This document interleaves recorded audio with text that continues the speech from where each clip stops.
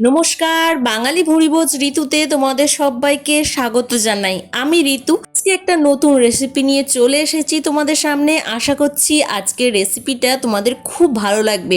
দেখেই বুঝতে পারছো চিকেনের একটা রেসিপি। আজকের রেসিপিটা হচ্ছে একদম লাল লাল চিকেনের ঝোল।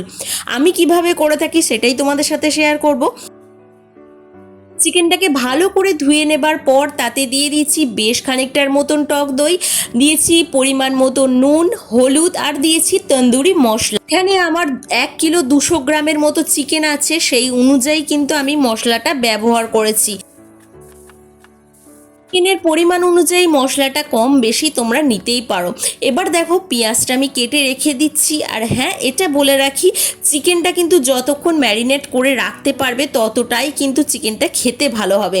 2 থেকে 3 ঘন্টা চিকেনটা ম্যারিনেট করে রাখলে তার টেস্ট কিন্তু দারুণ হয়। এবার দেখো কড়াইতে বেশ খানিকটার মতো তেল দিয়ে দিয়েছি। এবারে দিয়ে দিচ্ছি ফোড়নে দারচিনি, এলাচ, লবঙ্গ, গোলমরিচ আর তেজপাতা।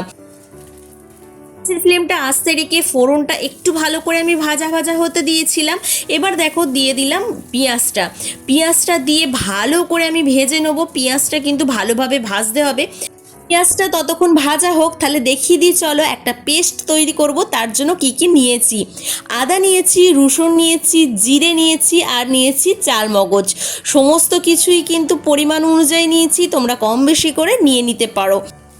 পেঁয়াজটা ভাজার সময় আমি কিন্তু অল্প নুন এখানে ব্যবহার করছি। এখানে একটা ছোট্ট করে তোমাদের টিপস দিয়ে দিই, ভাজার সময় অল্প একটু নুন দিলে কিন্তু পেঁয়াজটা খুব ভালো ভাজা হয় আর স্বাদটাও কিন্তু খুব সুন্দর আসে। এবার দেখো সেই আদার যে পেস্টটা আমি করে রেখে দিয়েছিলাম সেটা আমি এখানে দিয়ে দেবো। এখানে আরেকটা ছোট্ট টিপস দিই তোমাদের, চিকেনের এই লাল ঝোল যখনই তোমরা রান্না করবে তখন এই পেঁয়াজের পরিমাণটা একটু কম দেবে, রসুনের পরিমাণটা একটু বেশি দেবে। পেঁয়াজের তুলনায় রসুনটা কিন্তু একটু বেশি দিতে হয়। মশলাটা বেশ খানিকক্ষণ ধরে কষিয়ে নিয়েছি আর মশলা থেকে তেলটা পুরো ছেড়ে গেছে। এবার দেখো চিকেনটা আমি এর মধ্যে দিয়ে দেবো। মশলাটার মধ্যে চিকেনটা দিয়ে ভালো করে কষাতে থাকবো যতক্ষণ না চিকেনের কালারটা পুরোপুরি চেঞ্জ হয়ে যায়। এখানে আরেকটা ছোট্ট করে টিপস তোমাদের বলে দিই, চিকেন যখনই তোমরা মশলার মধ্যে দেবে তখন গ্যাসের ফ্লেমটা কিন্তু হাই রাখার চেষ্টা করবে।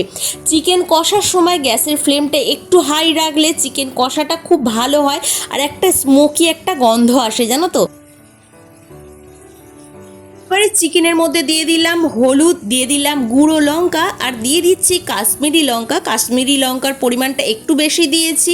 এবার দিয়ে দিচ্ছি অল্প পরিমাণে গরম জল। গরম জলটা দেওয়ার ফলে চিকেনটা কিন্তু ভালোভাবে কষা হবে আর মশলাটা কিন্তু আমার পুড়ে যাবে না। এবার দেখো দিয়ে দিলাম আলু। আমি কিন্তু কাঁচা আলুই এখানে দিয়ে দিলাম, ভাজা আলু দিলাম না। চিকেনের লাল ঝোল করলে আমি কিন্তু এরকম কাঁচা আলু দিয়েই করে থাকি, তোমরা যদি চাও ভেজে আলুটা দিতে পারো। এবার দেখো গরম জল এখানে দিয়ে দিলাম। বেশ অনেকক্ষণ ধরে আমি কিন্তু কষেছি, কষার পর আমি এখানে গরম জল দিয়ে দিয়েছি। চিকেনের যেহেতু লাল লাল ঝোল সেই জন্য জলের পরিমাণটা কিন্তু একটু বেশি। চিকেন কষা হলে এতটাও জল দিতে হয় না, যেহেতু ঝোল করছি সেই জন্য জলের পরিমাণটা একটু বেশি রেখেছি। এবার দেখো চিকেনটাকে চাপা দিয়ে বেশ অনেকক্ষণ ধরে ফুটিয়ে নিয়েছিলাম। ভালোভাবে চিকেনটা আমার সিদ্ধ হয়ে গেছে, আলুটাও ভালোভাবে সিদ্ধ হয়ে গেছে। নামানোর আগে আমি এখানে দিয়ে দিচ্ছি চিকেন মশলা। চিকেন মশলাটা আমি এখানে 2 চামচের মতো দিয়েছি। আর দেখো এখানে আমি দিয়ে দেবো কেওড়া ওয়াটার। কেওড়া ওয়াটারটা দিলে চিকেনের স্বাদ হয় দ্বিগুণ। তোমরা একবার দিয়ে দেখতে পারো, এইভাবে চিকেনটা একবার করে দেখতে পারো, কথা দিচ্ছি দারুণ খেতে হবে। আজকে আমার চিকেনের লাল লাল ঝোল একদম রেডি হয়ে গেছে। আর দেখো আমি নামিয়েও নিয়েছি। দেখতে যেমন সুন্দর লাগছে তেমন কিন্তু খেতেও হয়েছিল দারুণ। তোমরা একবার এইভাবে রান্না করে অবশ্যই দেখো আর আমাকে অবশ্যই জানিও যে রান্নাটা কেমন লাগলো তোমাদের।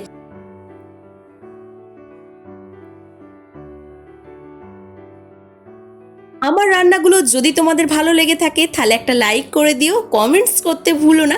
আর পাশে থাকা বেল আইকনটা একটু প্রেস করে দিও যাতে আমার নতুন নতুন রান্নাগুলো তোমরা খুব সহজেই দেখতে পাও। আজকের মতো এ পর্যন্তই, পরে নতুন একটা রেসিপিতে দেখা হচ্ছে।